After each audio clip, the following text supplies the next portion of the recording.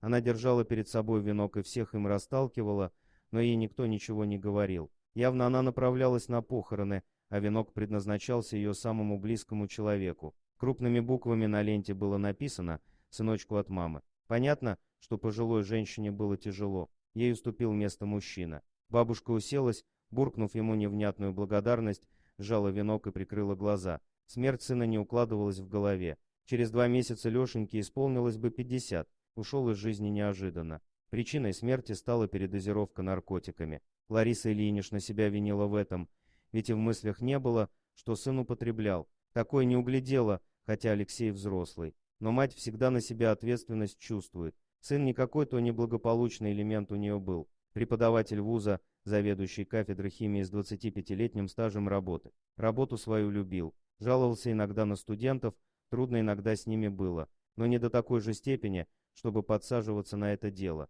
Немаленький знал, что это такое, чтобы в таком возрасте крышу снесло. За 2 остановки до нужной пожилая женщина подскочила и начала пробираться к выходу. Потом стояла и с нетерпением ждала, когда автобус подъедет к кладбищу. Она опаздывала, но надеялась, что успеет попрощаться. Как только двери открылись, выскочила и как полетела, шепча себе под нос, что нужно успеть. Тем временем с умершим Алексеем Ивановичем попрощались коллеги, члены семьи. Гроб уже опустили в могилу и собирались засыпать землей. Вдруг люди заметили бегущую пожилую женщину с венком. Могильщики вместе со всеми уставились в ту сторону. Женщина что-то кричала и размахивала руками, а люди замерли, посматривали друг на друга. Кто-то шепотом переговаривался, интересуясь, не знает ли кто эту бабушку. Но все быстро поняли, кто это такая. «Стойте, стойте!» — кричала Лариса Ильинична. «Дайте проститься с сыном». Стало ясно, что это мать покойного.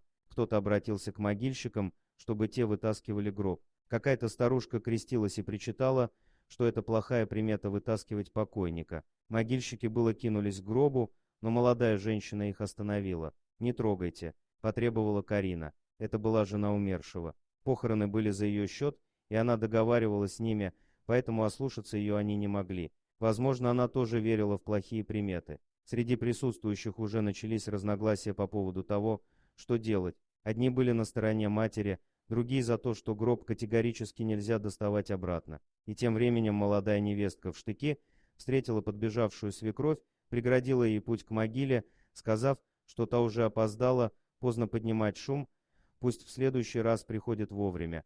Кто-то охнул от такого жестокого заявления молодой вдовы. Кто-то с пониманием отнесся, ведь девушка потеряла мужа, у нее шок. Недавно только на свадьбе гуляли, а сейчас похороны. Карине было плевать на мнение окружающих.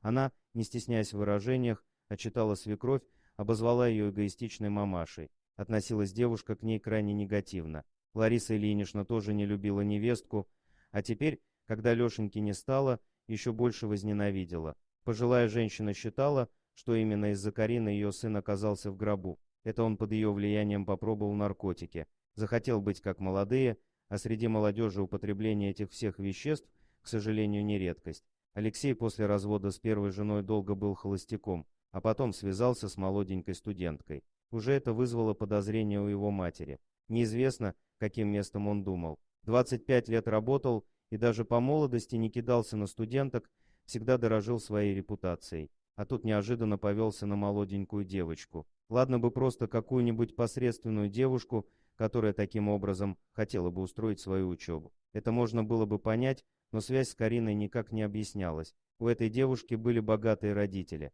и сама довольно симпатичная, стильная. Зачем ей понадобился бедный преподаватель с пивным животом? Это был вопрос, на который Лариса Ильинична не нашла ответа. Сын утверждал, что это любовь, но не верила пожилая мать в такую любовь. Наверное, поэтому ее Карина и недолюбливала, хотя Лариса Ильинична в лицо ей ничего не говорила. Сыну озвучила свои опасения. Тот разозлился, сказал: «Ты тоже, мать, счастья сыну не желаешь». Она же наоборот желала, поэтому и хотела его переубедить жениться. Зачем, сломя голову, бросаться на молоденькую студентку? Проверил бы чувства, присмотрелся бы. Куда спешить?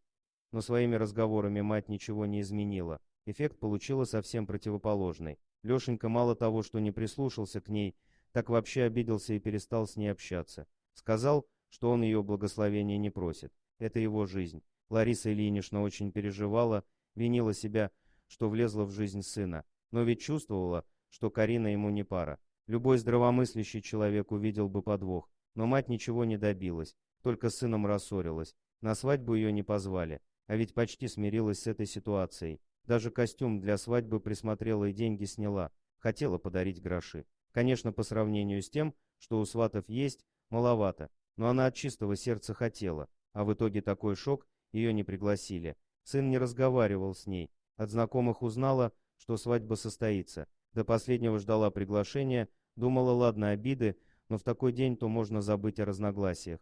Каждый день в почтовый ящик заглядывала и ничего. Без приглашения не пошла, чего унижаться там. Еще от этого не отошла, а через месяц такая новость: сын умер. Причем узнала об этом случайно. В автобусе встретила мать его коллеги, она и выразила соболезнования. Лариса Ильинична так и вышла с отвисшей челюстью не на той остановке. Не поверила. Как так? Она ж мать, ей бы сообщили. Ну, позвонила этому коллеге. Говорит, да, сегодня похороны. Передозировка. Примите соболезнования. А ей никто и не сообщил. Вот и съездила с утра на рынок бабушка, а вот тебе невестка во всей красе. Такая низость. Ладно, свадьба. Но на похороны то позвать нужно было обязательно мать. Венок купила в попыхах и поспешила на кладбище. Времени мало было. Специально взяла денег в обрез, чтобы на рынке много не потратить.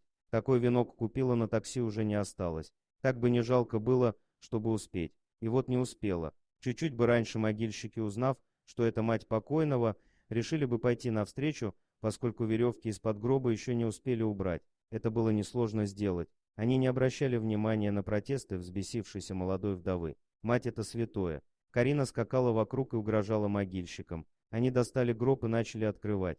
«Да как вам не стыдно?» Вдова злобно смотрела на свекровь. «Оскверняйте моего покойного мужа». Лариса Ильинична даже не посмотрела в сторону невестки. У пожилой матери дрожали руки, а по щекам стекали слезы.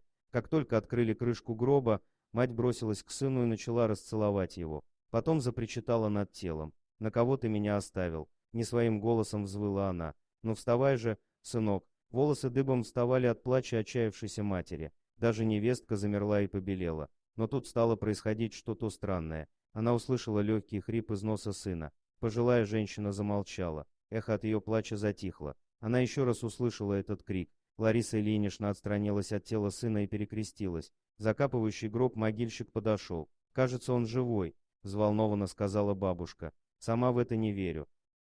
Люди с сочувствием на нее смотрели. Одна женщина подошла к ней и предложила отойти. «Он живой». Лариса Ильинична снова наклонилась над телом сына. Дорогие друзья, если вам понравилось видео, поставьте лайк, а также подписывайтесь на канал, где найдете еще много интересного.